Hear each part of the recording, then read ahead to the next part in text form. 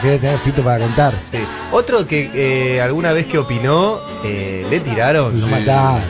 Lo a mataron. Urias encima por dar una opinión política.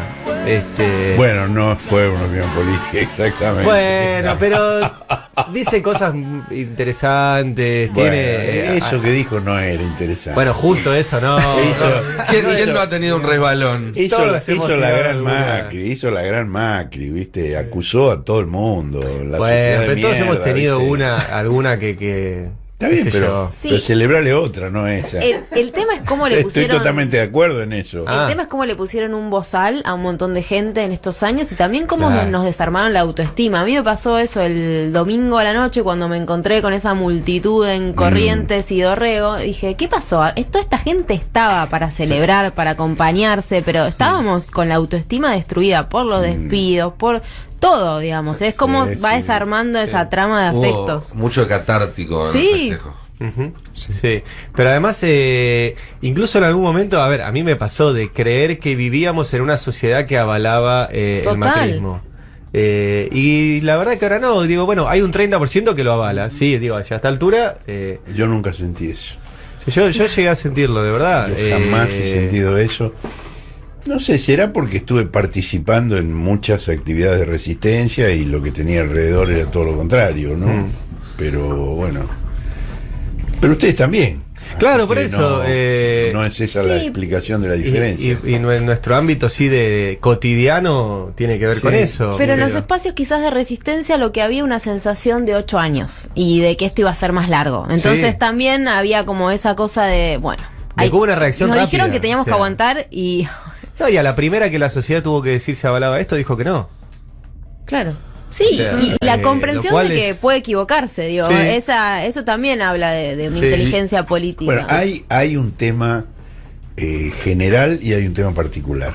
El tema general que lo explica muy bien es el vicepresidente de Bolivia, García Linera, cuando él dice que gobiernos como el de Evo Morales, pero se aplica también al de Cristina en la Argentina, digamos, promovieron un ascenso social Ujú. de sectores sumergidos que pasaron a integrar una nueva clase media.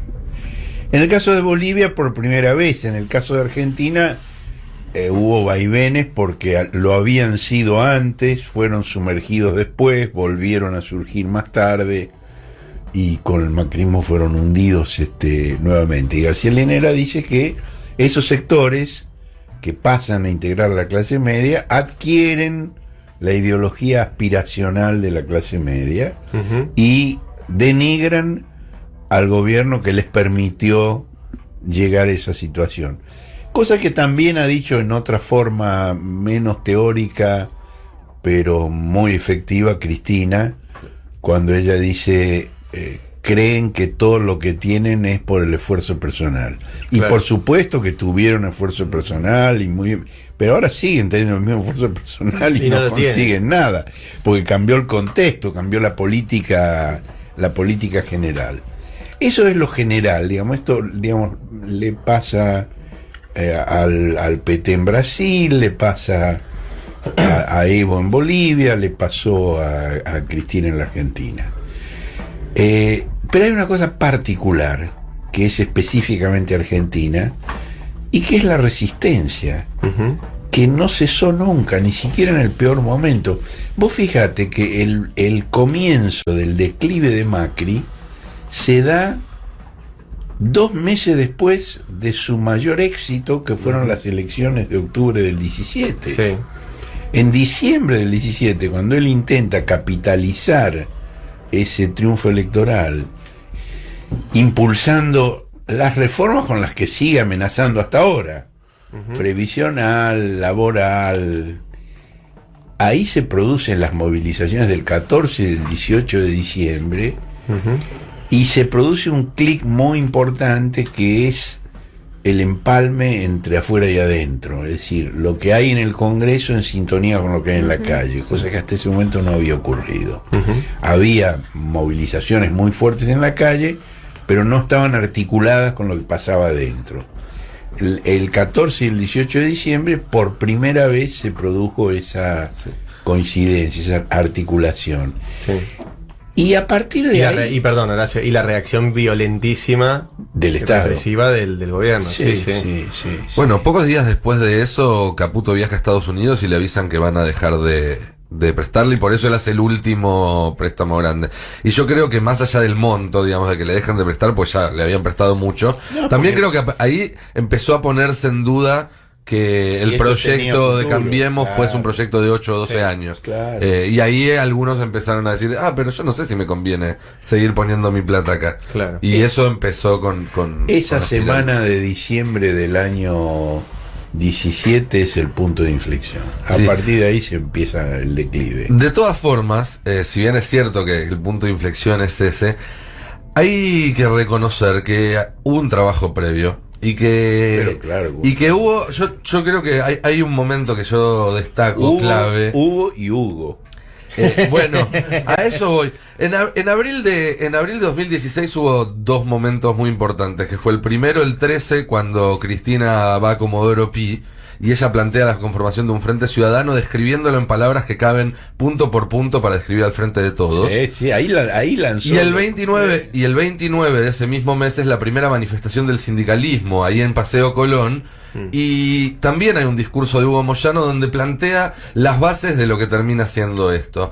Pocos días después, ya en mayo, Yo se aclaro que no me refería a Hugo Moyano. estabas hablando de Hugo a Hugo Yasky. Yasky. Sí, Sí. que estuvo Pero- presente en pero- esa manifestación y pero también es, fue es válido lo que estás diciendo, Sí. de todos modos. Algunos días después, en un teatro del centro porteño, se hizo la asunción de Gioja como presidente del PJ, en un acto organizado por Gestar, digamos, no era la rama kirchnerista del asunto. Sobre el escenario estaban Bocio, Negre de Alonso, Urtubey, y ahí también Gioja planteó esto de abrirle la puerta del peronismo a todos y demás, y la gente terminó cantando Vamos a volver. Claro. Y, Bueno, y terminó eso- cantando la marcha peronista con la última estrofa, la estrofa de Néstor y Cristina. Y yo estaba cubriéndolo para Página 12. Yo vi a Nere de Alonso sacudir el bracito cantando Vamos a volver. Y yo ese día dije, acá se está incubando algo que no sé si va a tardar 2, 4 u 8 años en resolverse, pero ya había ahí una pulsión de resistencia, como vos decías. Yo creo que Cristina uno le puede objetar muchos errores tácticos que ha tenido, pero la visión estratégica que tiene Cristina no la tiene nadie. Hablando de... La capacidad de prever un desarrollo futuro y de plantarse en función de eso, aunque se caiga el mundo alrededor, aunque parezca que se queda sola. Digamos, eso que Lilita dice de sí misma y que no es cierto en el caso de ella, Claro. sí es Se una aplica buena descripción de a Cristina. Cristina. Y también han estado mucho en la resistencia, y vamos ya a la columna de Flora Cabral, las mujeres, ¿sí? Que han hecho movilizaciones muy importantes. De hecho, el primer paro al macrismo se lo hicieron las mujeres. Y le cantaban, se lo dedicaban a la CGT. Sí, porque fue en octubre de 2017 y recién en abril, esto que comentaba Nico, en abril del año siguiente, ahí se hace la Claro. marcha del sindicalismo. O sea, es... No, abril del... Vos hablabas 16. igual de la movilización de la CTA, claro, es verdad. Sí, no, y abril 16 fue Cristina en Comodoro Pi. En que Comodoro fue, Pi. Que fue la primera vez que habló después del 9 de diciembre. Claro, Claro. la gran novedad es que el movimiento feminista no hace una movilización, hace un paro, Sí. y le llama paro, Ujú. que eso no había ocurrido nunca antes. Sí. Sí. Esa es la gran novedad. Y sí, porque es la disputa por el sentido hegemónico de la palabra Claro, paro, que la claro. tenían comúnmente los sindicatos Claro. y comúnmente, mayoritariamente, los varones, porque son quienes claro. dirigen los sindicatos. Sí, fue un cese de actividades de 2 horas por ese momento y una gran movilización. La imagen que quedó grabada son los paraguas en la Plaza de Mayo, porque ese día llovía y después ¿Y se cómo repitió. llovía? Sí, llovía un montón. Sí, Todavía admitían hombres, de modo que Admitían. de modo que no me lo perdí ese. Y ahí yo escribí una cosa, yo escribí en el diario donde trabajaba en esa época que este movimiento que surgía iba a tener una repercusión equivalente a la que tuvo el 17 de octubre del 45 con la emergencia de la clase obrera como actor político definitivo, y el movimiento de derechos humanos a partir del 77. Cosa que me granjeó una serie de puteadas de quienes no admitían competencia de un tercero en disputa. Bueno, es súper interesante eso, porque a mí me parece que se inscribe en esa historia de los derechos humanos. De hecho, los pañuelos verdes tienen un diálogo total con el pañuelo de las madres y de las abuelas. Ahí me parece que el feminismo tiene una genealogía que nosotras tenemos la obligación de trazarla y de evidenciarla para que haya diálogos entre esas formas de memoria. Flor, y uno de los temas de los cuales hemos hablado durante todo este tiempo tiene que ver con los femicidios, ¿sí? Que decís que hay un informe de la UFEM. Así es, sí, porque siguen sucediendo cosas en este país y la UFEM, uno de los espacios también de resistencia y que viene monitoreando lo que pasa en relación a políticas de género y diversidad. Estamos hablando de la Fiscalía Especializada, la Unidad Fiscal Especializada en Violencia contra las Mujeres, UFEM, del Ministerio Público Fiscal de la Nación, que dirige Mariela Laboceta. Viene haciendo un informe sobre femicidios, poniendo la linterna, poniendo el foco en la ciudad de Buenos Aires, dando números, que también es algo que se reclama siempre en las movilizaciones feministas, que es poder tener cifras actualizadas, concretas, completas, complejas también, para poder justamente dar respuestas políticas respuestas de políticas públicas a este problema que son los femicidios. Y este informe habla de los números del año 2018 en la ciudad de Buenos Aires. Cuentan 19 homicidios dolosos de mujeres en el ámbito del territorio porteño y el 47% de ellos fueron femicidios, porque sabemos que no todos los asesinatos de mujeres son femicidios particularmente. Puede haber casos de crímenes de mujeres que son asesinadas en otros contextos que no tienen que ver con este crimen específico. Pero también cuesta mucho, tengo entendido, que los jueces y los fiscales tipifiquen lo que están investigando como femicidio. Sí, eso cada también. vez menos. Cada vez menos cuesta. Sabemos que desde el año 2012 se agrega el agravante por violencia de género al Código Penal. Esto que antes era una disputa, tipificarlo como tal, también era una disputa en las redacciones que lo nombren como tal. La justicia, el Código Penal y se lo llamaba reconoce como tal. crimen pasional. Sí, la mató por celos, crimen pasional, que sigue apareciendo, Emoción pero violenta. sigue apareciendo de distintas maneras, porque yo creo que estamos en un paradigma que conviven el paradigma anterior y el actual. Hace poco había un titular que yo lo doy siempre que doy talleres de Infobae que decía: femicidios, 2 puntos. ¿Cómo reconocer a los que matan por amor? Entonces, no pongas femicidios y me vas a poner cómo reconocer a los que matan por amor. Entonces aparece como esa es un título genial. Es re interesante porque es el momento en el que estamos ahora. Hay un verdadero oxímoron. Hay un reconocimiento del problema, hay una toma de conciencia de que es un problema, de que tiene un nombre que viene del activismo político. Y eso también es interesante, este ejercicio de lo que no se nombra no existe y de llamar a las cosas por su nombre como tal. Sí. Sin embargo, sigue apareciendo la resistencia u otro tipo de titulares que también son más complejos, más sutiles y que siguen siendo discriminatorios. Y por eso, bueno, apelamos a que haya editoras de género en los medios, apelamos a que haya, obviamente, más mujeres en los medios de comunicación.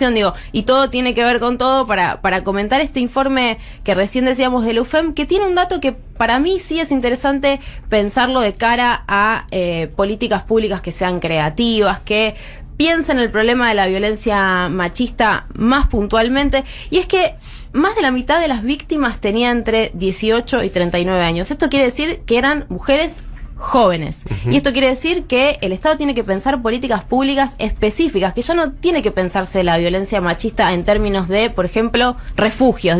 En estas formas más tradicionales de, darle un refugio a la mujer que es golpeada en el ámbito doméstico. ¿Qué pasa con estas pibas jóvenes que tienen parejas que quizás no son el modelo tradicional de familia que podemos imaginarnos para dar una respuesta a este problema? Ahí ese es el dato que surge de el informe de la UFEM y que me parecía interesante recalcarlo. Obviamente que la mayoría de estos femicidios que releva este organismo sucedieron en el ámbito familiar, en el ámbito doméstico, y que la mayoría fueron cometidos por personas de la familia, no solamente por sus parejas, también por exparejas u otros varones del ámbito de las mujeres que fueron asesinadas. Es un número más bajo que el que tenían registrado del año anterior, lo cual también es interesante y habla de pensar que algunas cuestiones en relación a las comparaciones, pero bueno, quería repasarlo para también resaltar el trabajo que se hace desde la UFEM específicamente, que hacen acompañamiento a las fiscalías que trabajan rutinariamente, pero que también hacen este trabajo estadístico que es interesante, porque si no tenemos números no sabemos cómo intervenir. Eso también es interesante a los efectos de los debates sobre la cuestión de la seguridad o la inseguridad, porque cuando vos ves en detalle las estadísticas de homicidios, vas a ver que los femicidios o los homicidios dentro del ámbito familiar, aunque no sean femicidios, ocupan un porcentaje muy alto y mucho mayor que el de los homicidios en ocasión de robo, por ejemplo, que son los que conforman el estereotipo de la inseguridad. Entonces, si vos te pones a desagregar las cifras, de alguna manera se desarma parte de ese discurso autoritario de los Mickey Vainilla, las Bullrich. Ahí hay una idea de Luciana Pecker que a mí me gusta mucho nombrarla, que habla de la inseguridad íntima, como también disputar el sentido de la inseguridad. Y las mujeres, las lesbianas, las travestis, las trans, estamos en una condición de inseguridad, pero una inseguridad íntima, no como la pensamos en términos más de la jerga popular. Y los obreros también. En el día de hoy, Iveco cerró la planta y suspendió a todos sus trabajadores porque no puede comprar insumos importados por la escalada del dólar. ¿Eso no es inseguridad? Que de un día para el otro llegás a tu trabajo, está la puerta cerrada y hay un policía en la puerta que te dice que te tenés que ir porque no tenés más trabajo. Así es, el gran laburo entonces de la UFEM, sí, la unidad que conduce la fiscal Mariela Laboceta. 8:53, vamos a hablar un poco de cómo sigue la economía, ¿sí? ¿De dónde va a salir el dinero? ¿De dónde van a salir los dólares? ¿Suben las retenciones? ¿No suben las retenciones? ¿Cuál es la posición del sector rural? Bueno, se lo vamos a preguntar a Matías de Velasco, sí, que es presidente de la Confederación de Asociaciones Rurales de Buenos Aires y La Pampa, más conocido como CARVAP, ¿sí? Buen día, Matías, aquí Ari Lijalá te saluda, ¿cómo estás? Buen día, ¿cómo les va? ¿Qué cuentan? Bien, ¿y vos? Muy bien, bien. Bueno, muy bien la forma de decir, pero ya cansado de vivir con tantas crisis, ¿no? Sí. ¿Qué es para vos lo que sucedió el domingo, Matías? ¿Cuál es el mensaje? Y el domingo, mira, lo que vemos es que lo que primó es el bolsillo de la gente. El plato vacío, la dificultad de llenar la heladera, la dificultad de pagar los servicios, el gas, la luz. Eso fue lo que se llevó puesto el gobierno ¿no? Un gobierno que priorizó algunas mejoras de la calidad de vida de la gente, más destinadas a mediano y largo plazo y no en el día a día. Eso fue, creo que sí fue el error. ¿Se llevó puesto, Matías? Vos ya lo estás dando afuera. Bueno, no, tienen posibilidad de revertir, por supuesto. Creo que no va a ser fácil, pero se lo pueden hacer. Pero el problema es que en el mientras tanto, gane quien gane, no importa. Tenemos una corrida financiera, la Argentina pasa un mal momento, se frenan todos los trabajos, las inversiones, las compras, los negocios, vas a cargar el mismo día lunes, me pasó a mí en un pueblo de la provincia de Buenos Aires, vas a cargar nafta, y entra el dueño de estación de servicio y no despaches más nafta, como hace años, cuando iba a haber un aumento programado a las 12 de la noche, y unas horas antes ya cruzaban las mangueras. Entonces, Argentina ya en el 2019 ya no tiene por qué estar viviendo esa crisis.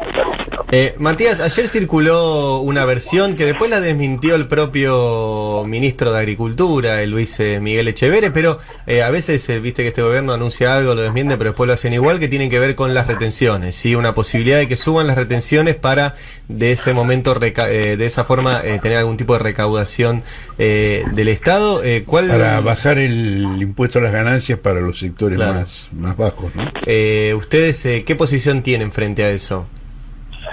Mira, cuando reimplantaron las retenciones, las pusieron en 4 pesos y usaban como, lo que argumentaban era que con el ritmo inflacionario que había se iban a ir licuando.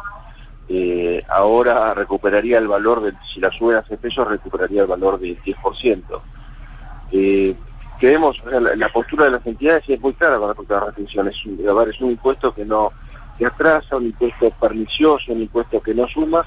Está bien, es una forma fácil de conseguir plata, pero no ayuda al país definitivamente, porque todo eso lo que te hace es, producir en el campo como cualquier proceso productivo, mejor necesitas tener una luz verde en el fondo del túnel, entonces eso es lo que te lleva a invertir, lo que te lleva a contratar gente, a tomar riesgos, y todas estas medidas lo que te hacen es bajar los brazos y quedarte en una posición de más seguridad, quieto, producir menos por lo justo y necesario, no tomar riesgos de invertir más en tecnología, comprar más para tener mayores rindes. ¿Crees, Matías, que deberían, hace poco nos dijo el vicepresidente de la Rural que tendría que haber un límite para la liquidación de la cosecha, de los dólares? Límite cronológico. Un límite, claro, o sea que no puede estar liberada la liquidación de los dólares de las exportaciones. ¿Estás de acuerdo con eso?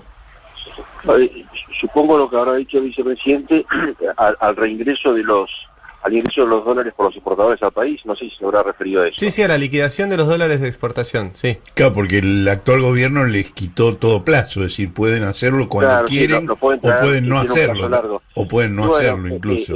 Claro, bueno, me parece que eso contribuyó a la falta de stock de dólares en el país, ¿no? Yo creo que este gobierno se extralimitó, fue demasiado exacerbadamente capitalista en algunos aspectos y se le fue la mano en algunos aspectos, me parece, ¿no? Me parece que, por ejemplo, con respecto al intervencionismo del mercado en algunas cuestiones, sin ir al extremo de lo que hacía Guillermo Moreno, el gobierno en algunos puntos se situó en el otro extremo, que a veces, y sobre todo en Argentina, y más en un periodo que había que recuperar el país, se necesita a veces colores más grises en vez de blanco o negro. Sí. O sea que vos, o desde Carvap, ¿están de acuerdo en que hay que poner un plazo para que liquiden los dólares de la cosecha? Estamos de acuerdo en que sí hay que cuidar el stock de dólares en el país, y si hay que limitarlo, que por un plazo más cercano, lo podrían haber hecho, sí. Bueno, es algo interesante, pues podría ser una medida interesante para los próximos meses y bueno, liquiden. Y bueno, puede ser, sí. Bueno, en estos días ha habido reuniones, ha habido muchas reuniones del gobierno con exportadores tratando de acordar que aceleren las liquidaciones en estos días. Ha sido uno de los temas de esta semana. Sí, por supuesto. Y realmente no sabemos bien si las medidas se agotan en lo que anuncien hoy, lo que estamos enterándonos todos de el mínimo imponible respecto a las ganancias, el aumento de las jubilaciones, o va a haber más.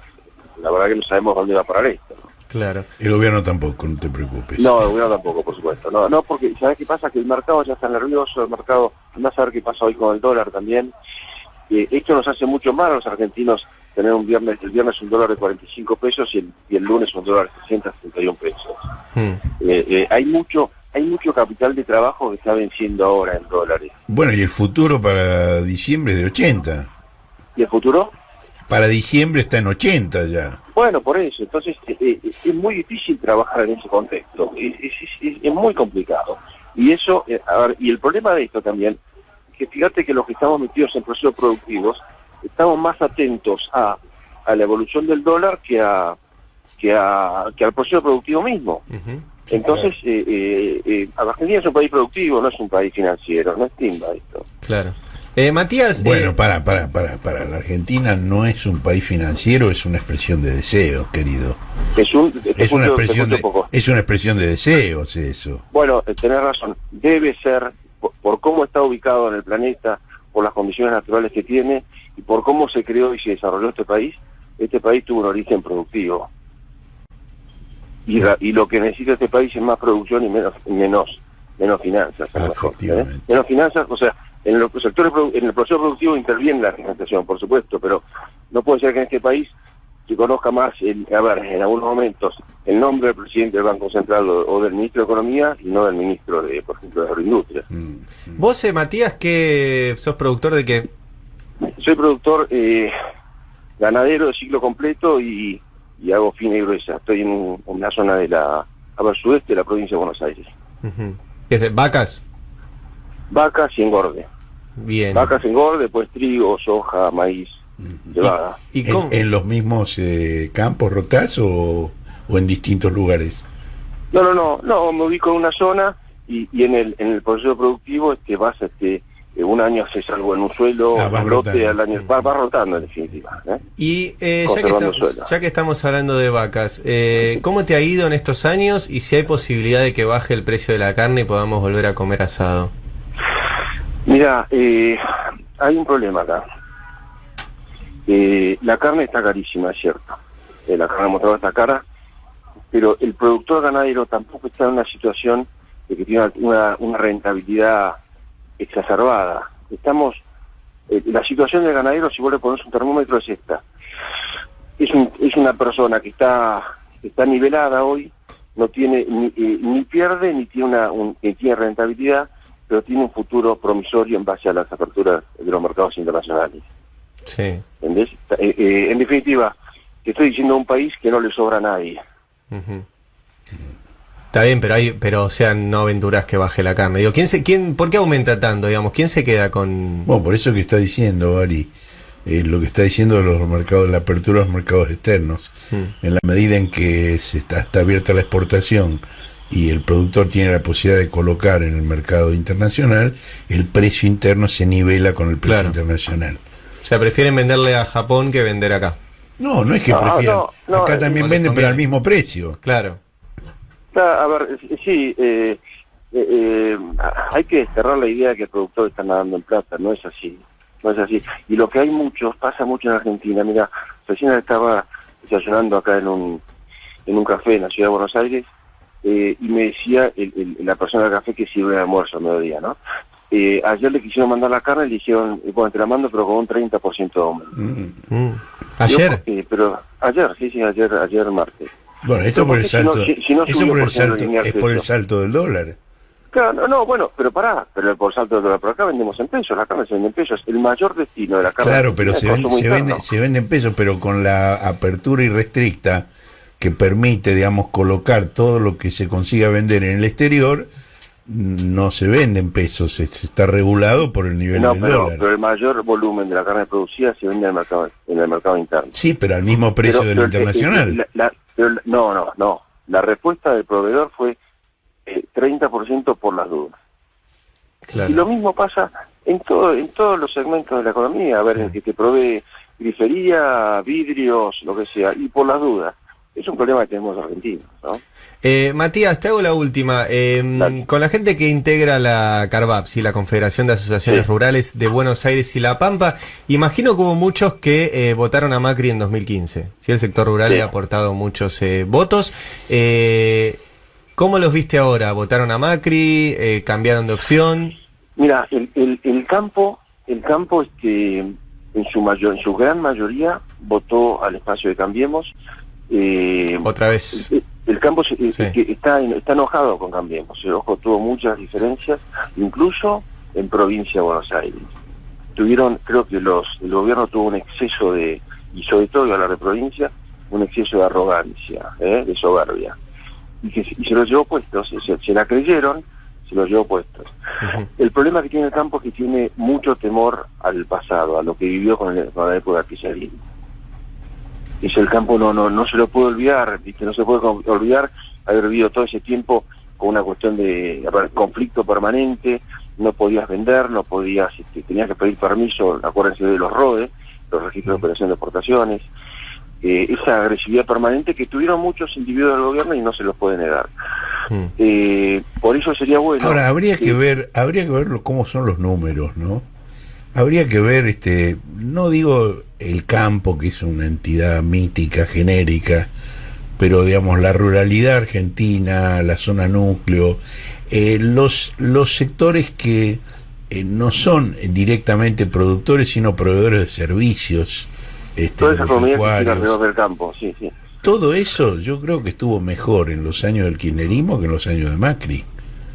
Lo Mira, que irritaba mucho era cierto discurso, ciertas actitudes, las provocaciones constantes de este personaje nefasto que fue Guillermo Moreno. Moreno, sí. Pero si vos ves los números, yo creo que le fue mejor en aquellos años que ahora. Mira, en esos años no había tasas no te financiabas a tasas del 70% como ahora. Y bueno, es lo que estoy Pero diciendo. mira, hace poco... A esas cosas me refiero. por eso, pero mira, hace poco el presidente de una rural nuestra, una rural de Cardap, creo que lo definió muy bien la situación en que estamos. Antes estábamos bien por el camino incorrecto, ahora estamos mal por el camino correcto. Pero eso es un sofisma. Eso No, es una construcción retórica. ¿Cómo podés decir que estás bien por el camino incorrecto?